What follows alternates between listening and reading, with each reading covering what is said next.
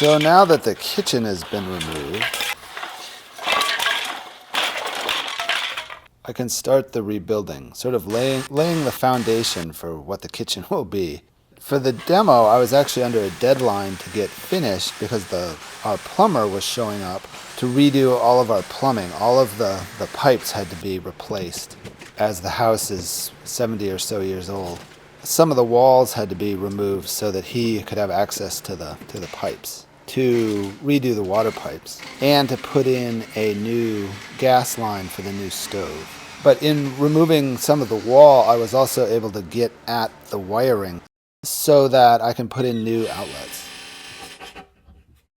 I'd removed wall for the plumbing, and then when I figured out where the outlets were going to go, I needed to take off another about 3 inches or so of the wall. But that let me clean things up.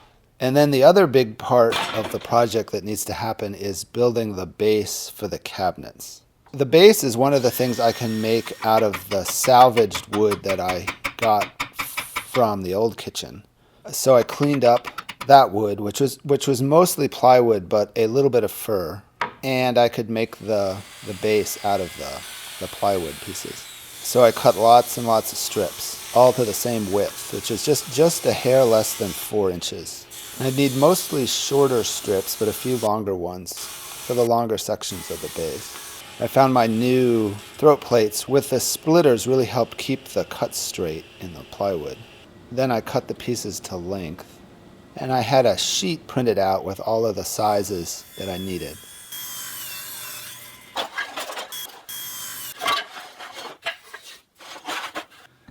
I've got plywood separating here. I'm hoping I can just glue it back together again. I ended up not using a whole lot of this because the plywood was really starting to deteriorate, and just gluing it just wasn't going to cut it. So it was a matter of cutting a lot of pieces and then keeping track of which sets those pieces went in. And I cut dados for where the cross pieces would go in the base assemblies. And I've said this a whole bunch of times before, but I'll say it again. It's sort of, the dados help with the strength, but what's nice about doing it that way is that the pieces fall into place when you're putting the bigger sections together. And I put those together. For some extra strength, I added a screw at each joint as well. Now, some of the plumbing was going to run inside the base of the cabinet, so I had to cut out little archways for the plumbing to fit through the base. So once I had the base pieces made, I could lay out where they went and then draw on them where I would need to cut. And it would have been easier to make these cuts before they were put together, but it would have been harder to figure out exactly where they need to be. This way seemed easier. And then once the sections are put together, I can cut out the pieces with a handheld jigsaw. And none of this will be seen in the end, so it really doesn't matter what it looks like. It just has to work.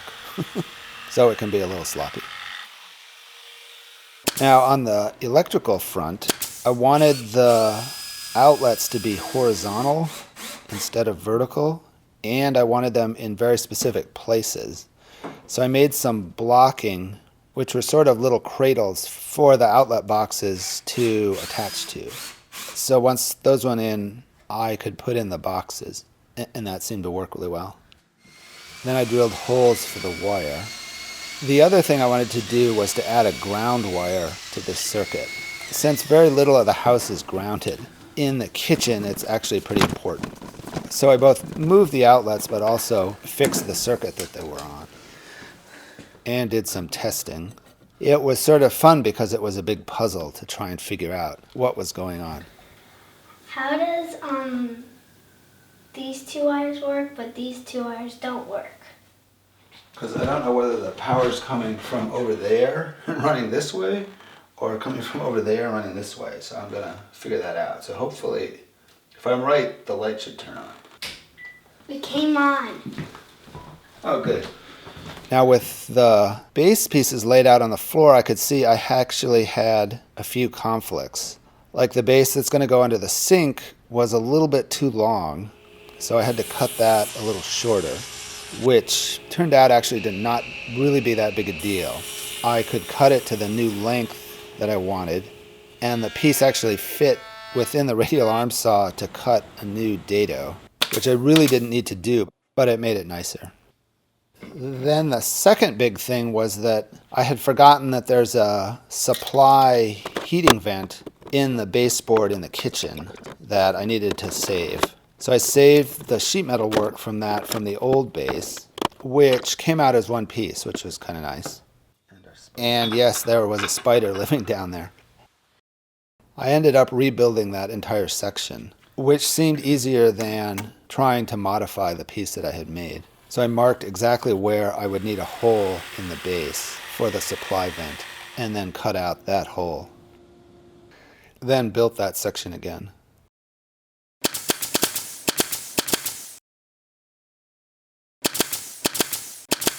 And then put things into place. And you can see how this piece had to fit with the piece coming up out of the floor. And it just kind of has to fit roughly. It doesn't have to be perfect. Now to hold the base to the floor and to hold it level, what I'm going to do is make a whole bunch of wooden L brackets. I'm really not sure if this is how it's usually done. I've never worked in a cabinet shop, so I don't know if this is normal, but it works for me. So I drilled a hole in each side that'll take a screw when it gets installed. And then I'll glue and nail each one together. I made 40 or 42 or so. So what those let me do is hold the base up a little bit if I need to level the piece. So I started on the south side that seemed to be a little higher than the north side. So the south side can sit roughly on the floor and then just held in place with the L brackets. And I'll screw together the bigger sections.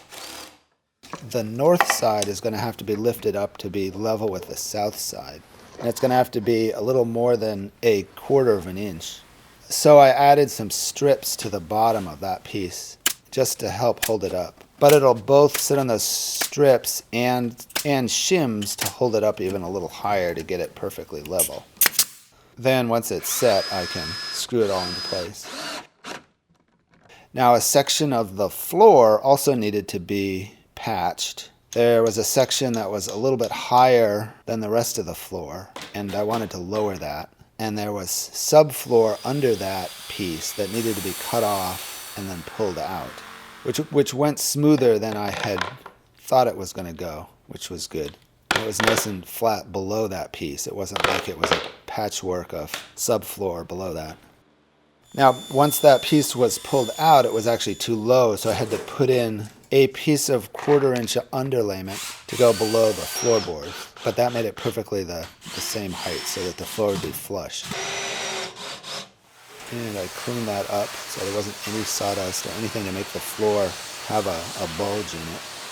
Now when we'd had this floor put in when we first moved into the house, I saved some of the remnant pieces that they didn't use, thinking someday I would need them, and this is the day that I need them, and they work perfectly.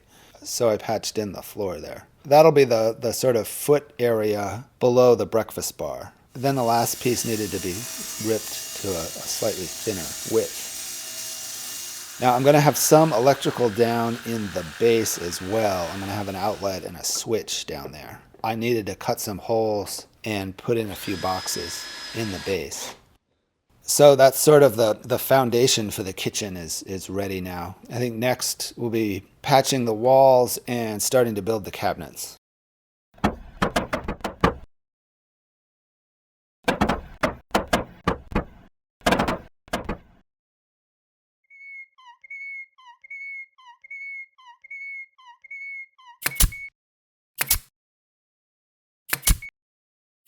Thanks for watching.